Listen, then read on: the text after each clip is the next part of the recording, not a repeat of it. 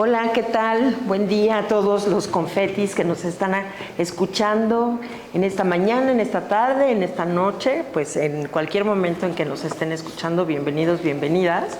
Y bueno, pues hoy tenemos un episodio más de este podcast Confe, Hablemos de Discapacidad. Y pues hoy vamos a tener una conversación muy afectuosa, sincera, sobre educación inclusiva, con una persona que es representante de una de nuestras organizaciones afiliadas. Pero antes de hablar de la organización, pues quiero presentarles justamente a Juan Victoriano Montes Ramírez, ¿no? Entonces el nombre completo, aunque aquí nosotros conocemos a Juan como Juan Montes. Quiero decirles que Juan es docente en nivel secundaria, pero algo que es muy importante, es papá de un hijo con discapacidad. Su hijo actualmente es de 12 años, que está estudiando en nivel básico. Él también es fundador de Familias Trisomía 21 Morelos, que es la organización que forma parte de la Red Confe y que es una asociación sin fines de lucro con la intención de formar una comunidad de familias informadas, comprometidas, defensoras de los derechos de las personas con discapacidad. Y bueno, Juan en Morelos ha participado en diferentes espacios como el Consejo Estatal para la Atención Integral de las Personas con Discapacidad, también ha estado en el Consejo de Erradicación de la Discriminación y es integrante fundador de la Alianza Morelense en pro de las personas con discapacidad. Y además, ¿saben qué? Es integrante, también voy a decir integrante fundador del grupo de señores, de papás, que se reúnen una vez al mes, denominado Criando para la Igualdad. Decirles que Juan, junto con la organización, pues tiene ya 11 años de trabajo conjunto en Confe. Y bueno, pues Juan, muchas gracias. Gracias por estar aquí en este día. Es un gusto, agradezco mucho la invitación y todo el trabajo que se hace desde Confe para beneficio de todas las personas con discapacidad en el país. Sí, así es. Bueno, pues les diré que para las personas que nos están escuchando, pues háblanos un poquito más de Juan y del trabajo que estás realizando, pues en el aula, en la casa, en la fundación, en todo un poco como para ir entrando en materia. Recordemos que este podcast se trata de hablar acerca de la educación inclusiva, pero está bien un preámbulo. Juan, ¿qué te parece? Fíjate que, bueno, a la hora de presentarme y más en estos ambientes, en principio soy esposo de Moni, porque siempre les digo, Juan Pablo no fue por generación espontánea, ¿no? Juan Pablo viene desde un compromiso del amor y del formar una familia, ¿no? Y es así como recibimos a Juan Pablo. Soy maestro, estudié la normal y por azares del destino no estoy frente a grupo, tengo un trabajo dentro del Instituto de Educación Básica del Estado, me hago cargo de algunos programas académicos y no estoy frente a grupo, obviamente conozco a varios docentes, conozco varias escuelas y estamos trabajando en pro de la inclusión siempre, ¿no? Aunque no es mi responsabilidad dentro del instituto, pero como asociación sí. Decidimos hacer la asociación al año que nació Juanpi y pues a partir de ahí empezamos a conocer gente, ¿no? Donde veíamos familias con algún integrante con síndrome de Down, pues nos acercábamos, saludábamos, intercambiábamos teléfonos. Y fue así como empezamos a decir, oye, pues hay que hacer algo, ¿no? Para que estemos juntos, para que nos comuniquemos. Y es como decidimos hacer la asociación. La asociación Familias Trisomía 21, pues empezamos así, por WhatsApp, aconsejándonos, oye, le duele esto a mi hijo, ¿dónde lo podemos llevar? ¿A qué edad empezó a hablar el tuyo? ¿A qué escuela lo puedo llevar? Tengo un problema de salud, entonces a recomendarnos así, ¿no? Y la verdad es que la cruda realidad es que pues en Morelos no tenemos nada, ¿no? No tenemos nada no sabíamos a dónde ir, no sabíamos con quién atender y empezamos a salir a capacitarnos primero nosotros, ¿no? Y venir a la Ciudad de México, por eso dimos tan rápido con CONFE, ¿no? Y cuando conocimos CONFE, pues inmediatamente me decía Moni, pues tenemos que afiliarnos a CONFE, nosotros tenemos que estar afiliados. Fuimos a Monterrey, a León, en fin, a distintos congresos, simposios, conferencias sobre discapacidad, sobre inclusión, sobre síndrome de Down. Y es así como nos constituimos en el Estado y vaya, pues atendimos las convocatorias para pertenecer a tal o cual mesa y estamos empujando todo el tiempo, ¿no? Yo les digo que el 21 de marzo, octubre, el 3 de diciembre, pues en realidad no tienen nada de especial, salvo que sea cumpleaños de alguno de ustedes, ¿no?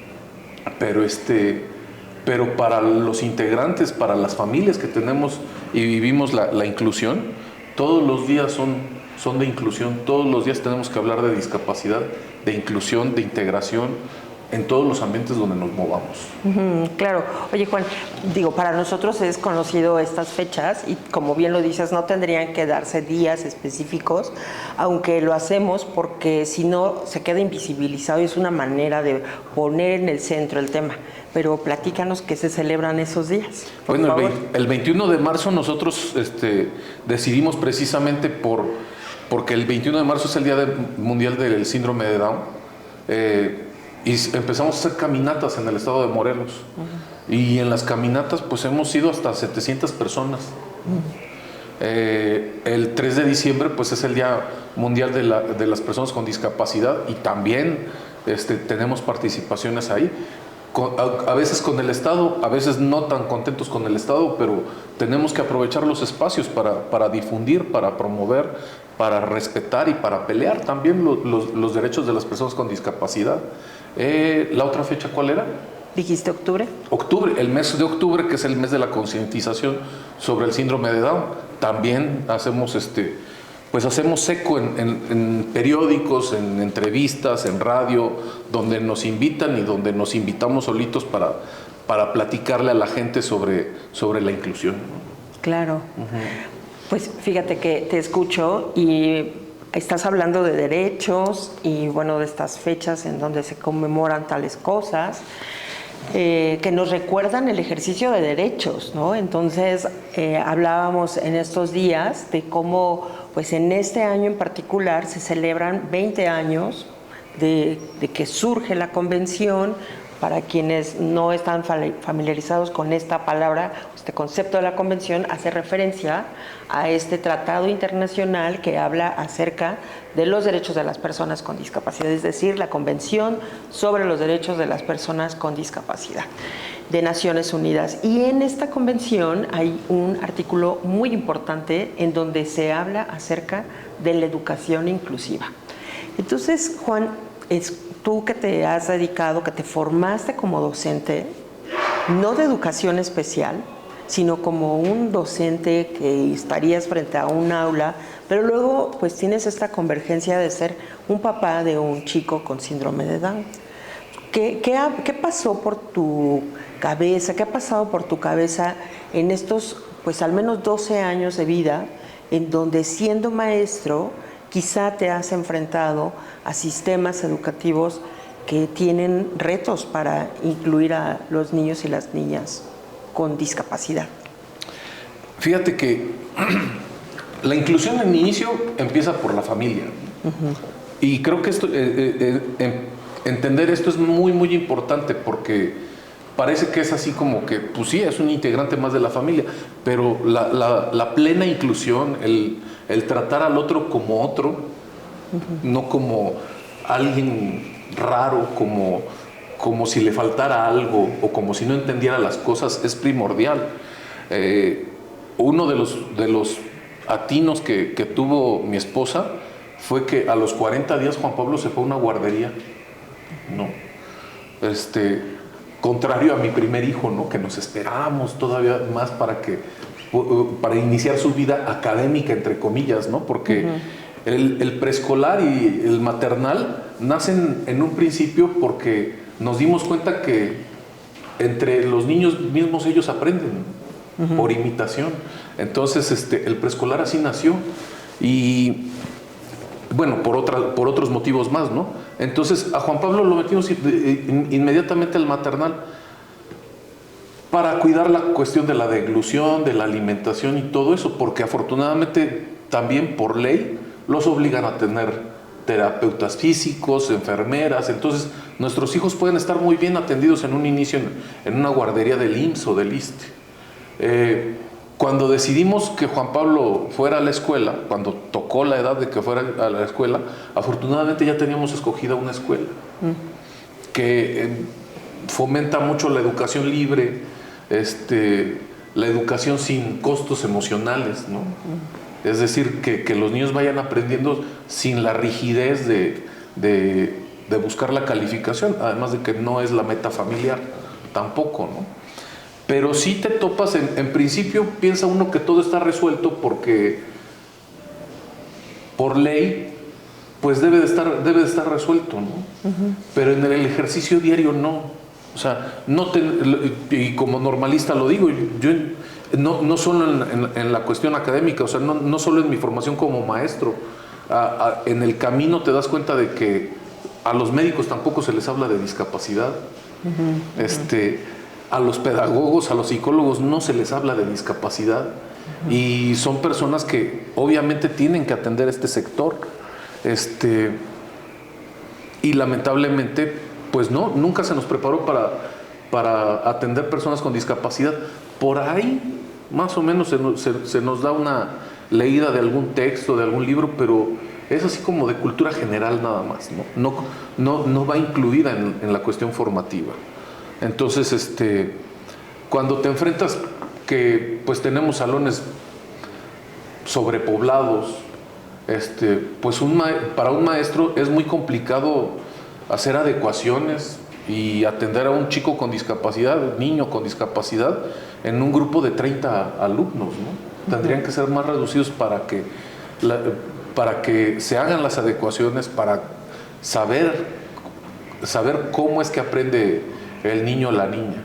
También nos enfrentamos con el impuesto a la discapacidad, se le llama, ¿no? El impuesto a la discapacidad es tener que pagar un monitor, una maestra sombra, un maestro de apoyo para que tu hijo reciba una atención más adecuada, más cercana, más personalizada. O con la sorpresa, ¿no? Lamentablemente también, en alguna ocasión me llama por teléfono una compañera de la normal, ¿no? Me dice, oye Juan, es que vinieron a verme unos papás y tengo un niño con discapacidad. Me dice, quisiera saber en qué escuela lo pueden recibir. Y le contesté, en la tuya. Claro, justo pensé eso. Sí, ajá. Eso le contesté, ¿no? Claro, le dije inmediatamente, le digo, pues en la tuya. Sí, claro. Le digo, si llegaron los papás contigo es porque quieren entrar a tu escuela. Claro. Le digo, entonces recibe al niño. Claro. Y me dice, amigo, es que los dueños, y sí, los dueños, ¿no? Los dueños, los papás, hay una presión social porque creen que por esta persona que presenta alguna discapacidad, sus hijos se van a atrasar. Que le van a prestar mayor atención a esta persona, y piensan en muchas cosas, pero no piensan en los beneficios, ¿no? En los beneficios, y lo digo sinceramente, no es por una cuestión de que anhele yo que reciban a mi hijo en todos los ambientes, sino que los beneficios de tener una persona con discapacidad en la infancia, como compañero de aula, tiene un montón de beneficios. O sea, también pienso que en educación, me voy a atrever a decirlo, en educación, pues todo sistema educativo tiene este sesgo donde pretendemos que todos sepamos lo mismo, a la misma edad, ¿no? Y siempre les pongo un ejemplo que es de mi propia vida, ¿no? Les digo, yo aprendí a manejar por ahí de los 26 años. Y la generalidad pues, aprenden a manejar antes, ¿no? Sí, sí, sí. Les digo, entonces, ¿qué? ¿Soy un discapacitado por no saber manejar a los 22? ¿No? Entonces también tenemos esta idea de que la educación tiene que ser estandarizada, y no tiene por qué ser así. O sea, de acuerdo a nuestra circunstancia de vida, es como son las cosas que tenemos que aprender. Por eso me gusta lo que le llaman el MEDIT, ¿no? El método de estudio para la vida y el trabajo. Eso funciona muy bien en el INEA, en las secundarias, en el sistema de secundaria abierta.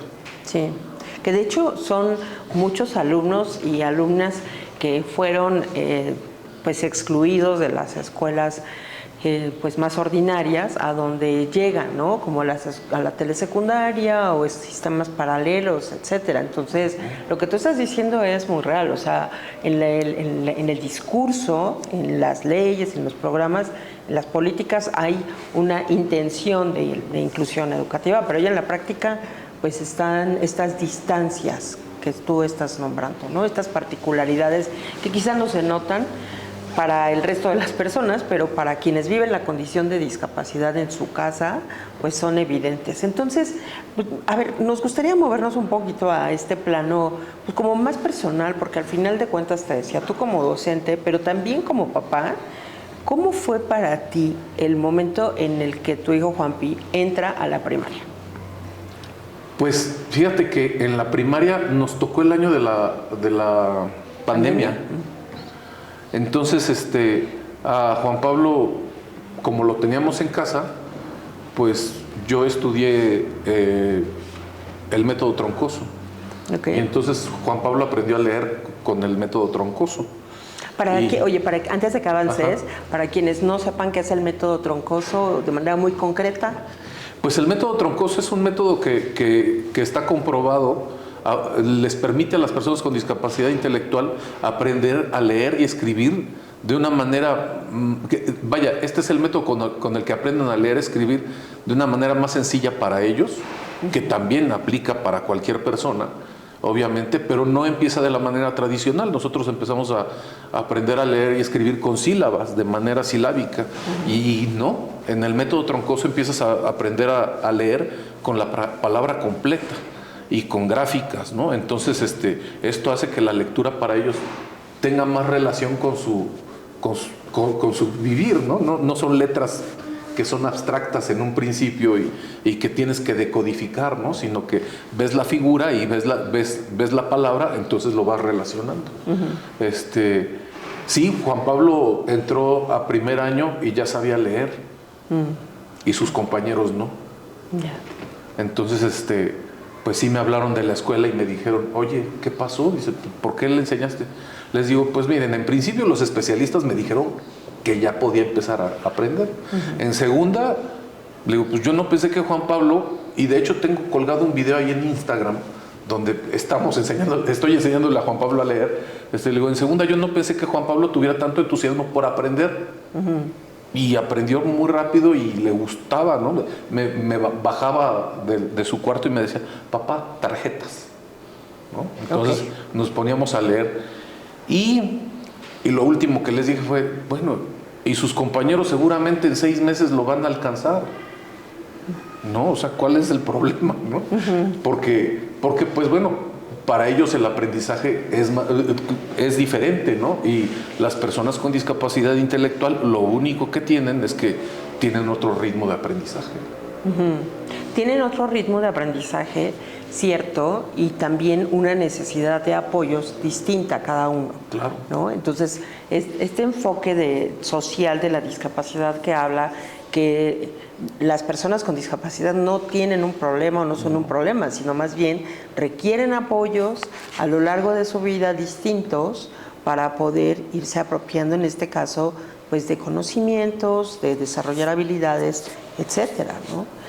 Entonces, pero hoy día, ¿cuáles son las cosas que están siendo más retadoras dentro de la escuela? No solamente para Juan Pablo, sino para el resto de niñas y niños. ¿Qué es lo que tú observas? Por ejemplo, en la secundaria en donde tú estás, en este nivel, ¿no? De secundaria, perdón, más que de la secundaria, sino en este nivel al que, por cierto, pocos van accediendo.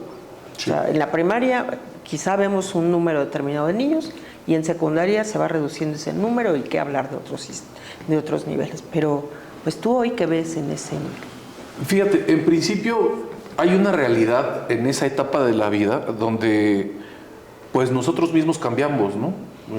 a nivel biológico es notorio, a nivel intelectual también, y a nivel social también. Pues en secundaria optamos por juntarnos con el que es más bueno para jugar fútbol, con el que está más güerito, o con el que está más ponchado y cosas así. Entonces, la discriminación es normal.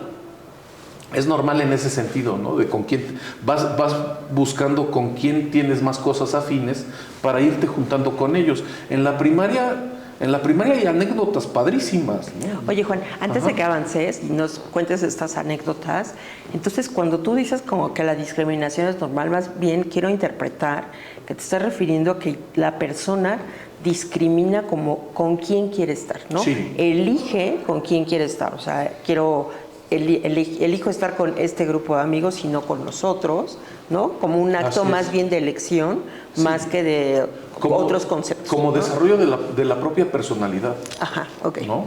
Es así. Entonces te digo, vamos eligiendo. Si nos gusta el fútbol, pues nos vamos con los que les gusta el fútbol. Si nos gusta el ajedrez, nos vamos con los que les gusta el ajedrez. Es el desarrollo pleno de la personalidad del adolescente, ¿no? En primaria, te iba a decir, me cuenta un amigo, dice, fui director de una primaria. Había 2 chicos con usuarios de silla de ruedas. No sabes, en el recreo, güey, se peleaban todos por ver quién iba a empujar al otro en la silla de ruedas. Y andaban, pero si de arriba para abajo. Y sí, obviamente, dice, hubo accidentes, ¿no? Se caía uno, de repente se caía otro. Dice, pero no pasaba de ahí y todos convivían bien. Y anécdotas así en secundaria no tenemos tantas, ¿no? Porque la convivencia va cambiando.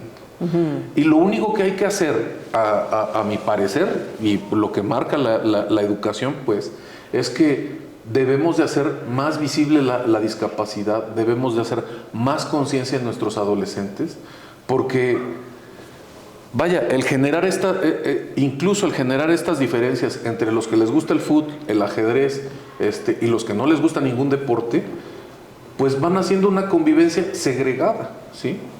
Y en medida de que nos toleramos todos, que yo creo que la propuesta ahorita de trabajar por proyectos educativos va muy bien, es entender que en conjunto, aunque seamos muy diferentes, podemos salir adelante, podemos trabajar y podemos aprender, ¿no? Entonces, yo creo que la inclusión por ahí va, de manera educativa en el aula, y obviamente los docentes, el docente tiene que ir guiando, pues, que por la tolerancia, por los ambientes sanos escolares, porque también otro de los hechos es que en ambientes hostiles los niños no aprenden bien, ¿no? En ambientes cordiales aprendemos mejor. Oye, ¿qué está haciendo actualmente el Estado, el Instituto pues, local de la Secretaría Local en este caso de Educación, para impulsar la inclusión de niñas, niños pues, a nivel básico? Pues mira, en principio sí hay inclusión. En el estado de Morelos son aislados los casos donde hay resistencia por recibir a niños con discapacidad en escuelas regulares. Los CAMPs, incluso tenemos problemas porque un CAMP no debería de existir legalmente, ¿no? Tenemos una ambigüedad ahí donde pues ya no deberían de existir. Deberíamos irnos todos al USAER, pero también me parece que el que un niño esté en una escuela regular o en un CAMP tiene que ser decisión de la familia. Totalmente de los padres, plenamente conscientes, y es decisión de ellos. ¿Capacitados te refieres cuando dices conscientes?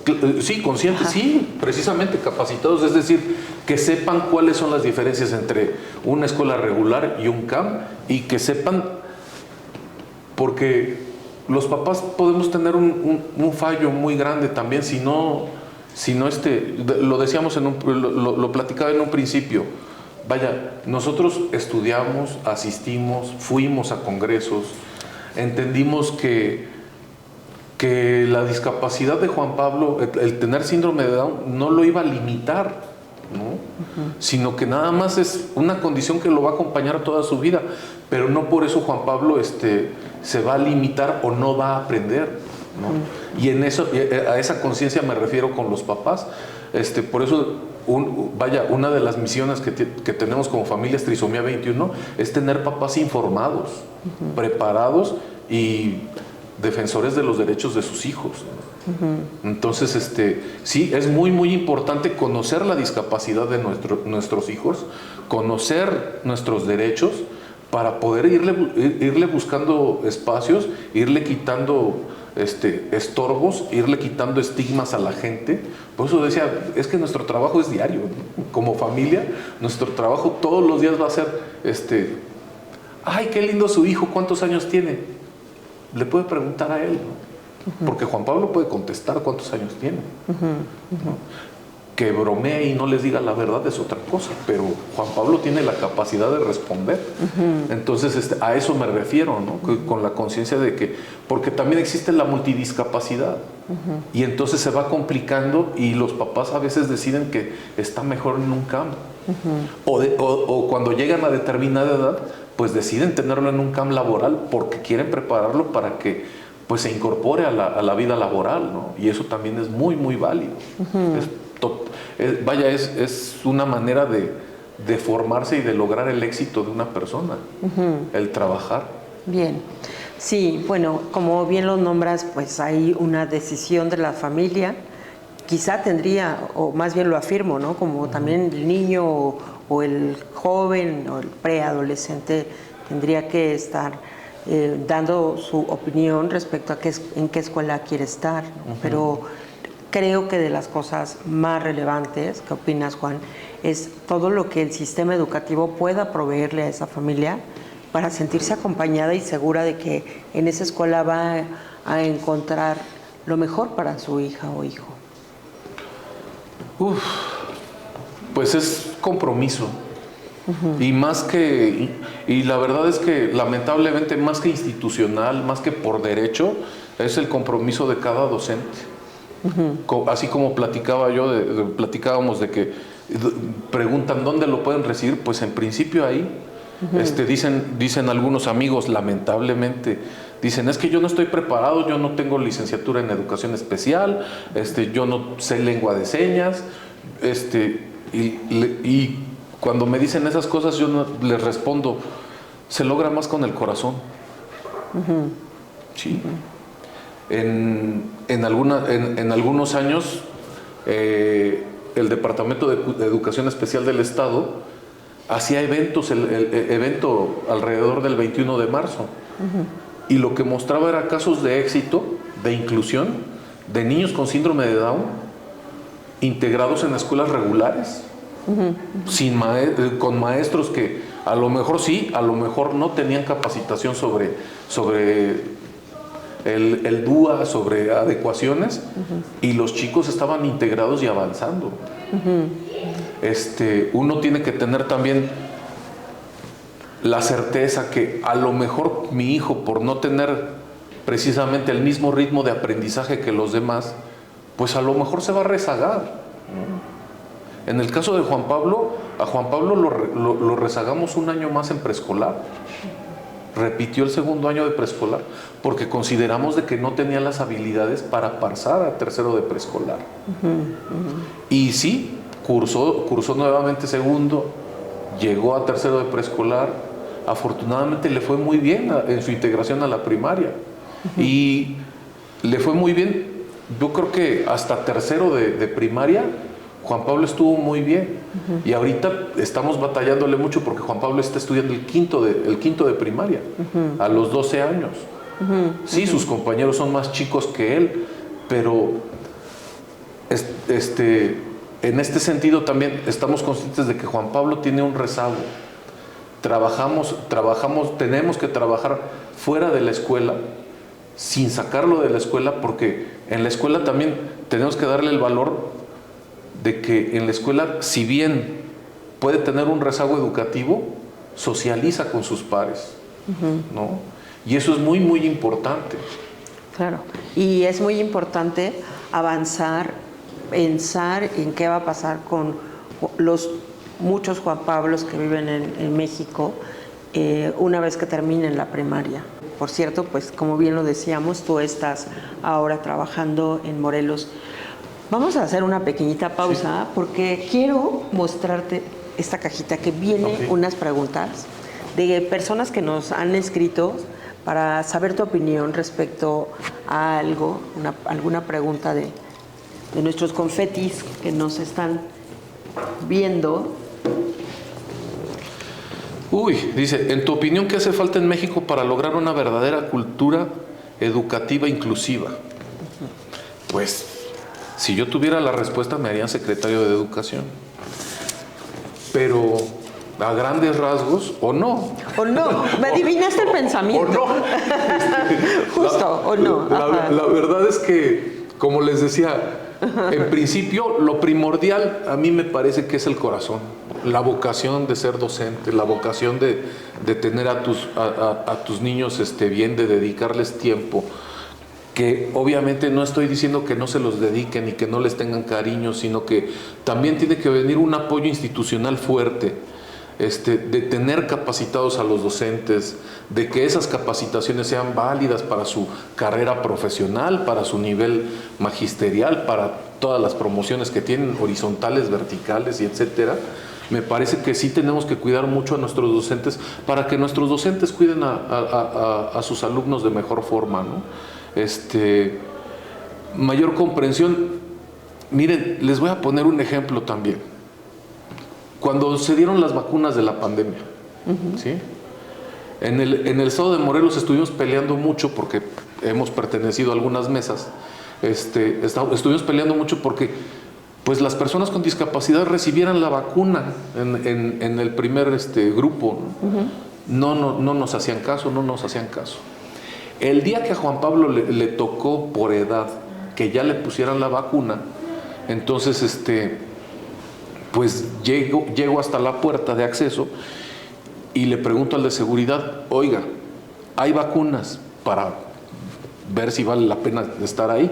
Me dice, sí hay vacunas. Le digo, traigo un niño con discapacidad. Le digo, ¿tiene prioridad? Me dice el de seguridad, me dice, señor, yo no tengo ningún problema, pero la gente va a reclamar. Y sí, la gente reclama. Y yo lo único que les decía es, discúlpenme, pero no es un privilegio tener un hijo con discapacidad. O sea, y peor, ¿no? Ante el COVID teníamos estudios donde pues las personas con síndrome de Down tenían hasta 10 veces más probabilidades de morir, ¿no? Entonces, muchas veces no solo es no solo es el Estado, no solo es el aparato, son las personas, ¿sí?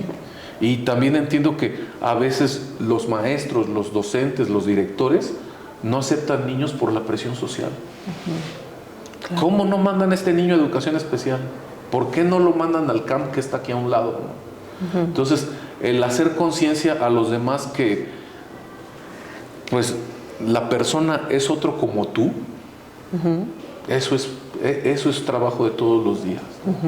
Entonces, sí tenemos que hacerle ver a todos los niños, a todos los docentes, a todas las edades, que las personas con discapacidad no solo tienen los mismos derechos que las personas que nos creemos regulares, sino que también tienen los mismos sentimientos, también tienen las mismas emociones, que también tienen los mismos sueños, ¿no? Y también tienen todo el pleno derecho de lograrlos, de estudiar. En el estado de Morelos estuvimos empujando mucho porque Margarita Porras se titulara de licenciada en música. Es un logro. Margarita Porras es una mujer con discapacidad visual. Sí, y con síndrome de Down. Margarita Porras, la conocimos, contactamos con ella, dijimos, oye, qué padre, ¿no? O sea, hay una persona que está en la Universidad del Estado de Morelos y ya está por terminar la carrera. Y entonces, pues organizamos conciertos para que Margarita se pudiera comprar un piano. Promovimos que Margarita estuviera dando conciertos, que cobrara como lo que es, como una concertista, ¿no? Y que no se le diera un salario paupérrimo por su desempeño y por sus estudios, ¿no? Entonces, esa es la meta de la educación inclusiva, ¿no? Tenemos que llegar a esos lugares, tenemos que llegar a esos niveles académicos para las personas con discapacidad, respetando los tiempos, haciendo las adecuaciones, sí haciendo un esfuerzo, pero yo no es algo que yo sepa desde mi experiencia personal. Tenemos investigaciones que nos dicen pues que una persona con discapacidad mejora el ambiente en el aula, hace a los niños más empáticos, más solidarios. En un principio, por ejemplo, a mí me encanta a Juan Pablo. Cuando voy y lo dejo en la escuela, ahorita presenta problemas de marcha, no camina bien Juanpi. Todavía estamos investigando por qué. Pero Juanpi a veces no camina tan bien, a veces se le dificulta la marcha y sus compañeros lo esperan porque lo dejamos y tiene que caminar unos 20 metros para la puerta de la escuela, muy bien vigilado por supuesto, pero tiene que caminar, de donde lo dejo con el carro, tiene que caminar. Y sus compañeros lo esperan. Si ven que Juan Pablo llegó, lo esperan para acompañarlo y para ayudarle, ¿no? Darle la mano, que no se vaya a caer, o que se sienta más seguro, pues, en lugar de agarrarse de la pared, a tomarse de la mano de uno de sus compañeros. Claro, claro. Bien, pues muchas enseñanzas que nos estás dejando hoy, Juan. Naturalmente tengo que preguntarte, porque como les comentaba, pues Juan forma parte del grupo de Padres Criando para la Igualdad, y pues en esta otra cachucha, digamos, que también tienes, ¿qué les dirías a los señores, a los papás que tienen a algún hijo o hija con discapacidad y que están iniciando el reto de que sus hijos entren al nivel secundaria, que seguramente tenemos por ahí casos, ¿no? Entonces, ¿qué les dirías a estos señores que están por iniciar en el siguiente ciclo, pues, esta nueva aventura? Pues en principio me parece que tienen muchas cosas que responder. Y me parece que deben de buscar el espacio para responder a todas las dudas. Y me refiero a la comunidad educativa, ¿no? O sea, sugieran, pidan que los dejen platicar sobre discapacidad en el aula, ¿no? Sugieran, pidan que les den oportunidad de compartirle a los compañeros de sus hijos cuál es la condición de su hijo, ¿no? ¿Y para qué? Para que los niños entendamos que todos tenemos un diferente ritmo de aprendizaje, que todos nos comunicamos de una forma distinta, ¿no? Pero que sí sentimos muchas veces de la misma forma, ¿no? Yo lo que quisiera en estas fechas que mencionábamos es que precisamente en esas fechas nosotros nos volvamos promotores de la inclusión, desde nuestra paternidad, ir y decirle a la escuela, no, mi hijo no es nada más el síndrome de Down. Mi hijo le gusta el chocolate, le gusta en el caso de Juan Pablo, la boloñesa. Todos los días, todos los fines de semana pide barbacoa. O sea, hay más cosas en las que se pueden relacionar con Juan Pablo, aunque crean que la distancia entre unos y otros son muchas. A Juan Pablo le gusta el fútbol. Juega fútbol, fue a una escuela de fútbol, ahorita se le dificulta mucho jugar fútbol, pero de repente una vez estaba Juan Pablo viendo la tele en la sala y estaba viendo videos de fútbol y le encanta ir a los estadios. Lo llevo a los estadios de fútbol y Juan Pablo disfruta y festeja los goles como no tienen una idea, ¿no? Entonces, el entender y el compartirles a las demás personas todo lo que pueden hacer y todo lo que pueden compartir con las personas con discapacidad nos puede abrir una oportunidad muy grande para que sean más solidarios, más empáticos, más comprensivos con nuestros hijos e hijas. Yo los invito sinceramente al grupo de padres. Es un espacio padrísimo, es solo para varones que son papás. Bueno, no, es solo para varones que pueden ser. Una vez llegó un chico que no era papá, pero dice, es que empecé a salir con una chica que tiene un hijo con síndrome de Down, entonces pues quiero saber pues de qué se trata, quiero aprender más sobre esto, porque pues estoy relacionándome con ella, ¿no? Entonces, cosa que es muy válida, ¿no? Y si son hermanos también, aunque también en COFE se están haciendo espacios para hermanos, mientras pueden pertenecer a este grupo de varones. Respeto muchísimo a todos los papás que están en el grupo, los admiro totalmente, son unos ejemplos de veras para mí, en cuestión de inclusión, de resiliencia, de paternidad. Hay que romper con todos estos mitos. En la cuestión de la discapacidad es muy normal creer que, bueno, normalizamos el hecho de que la mujer se tiene que hacer cargo de la persona con discapacidad y no nos permitimos ejercer nuestra paternidad amorosa, responsable y cercana, ¿no? Yo los invito a que ese cariño que ustedes le pueden brindar, no permitan que sus hijos lo busquen en otro lado. Es una satisfacción padrísima el recibir y darle cariño a tu hijo. Muy bien, Juan.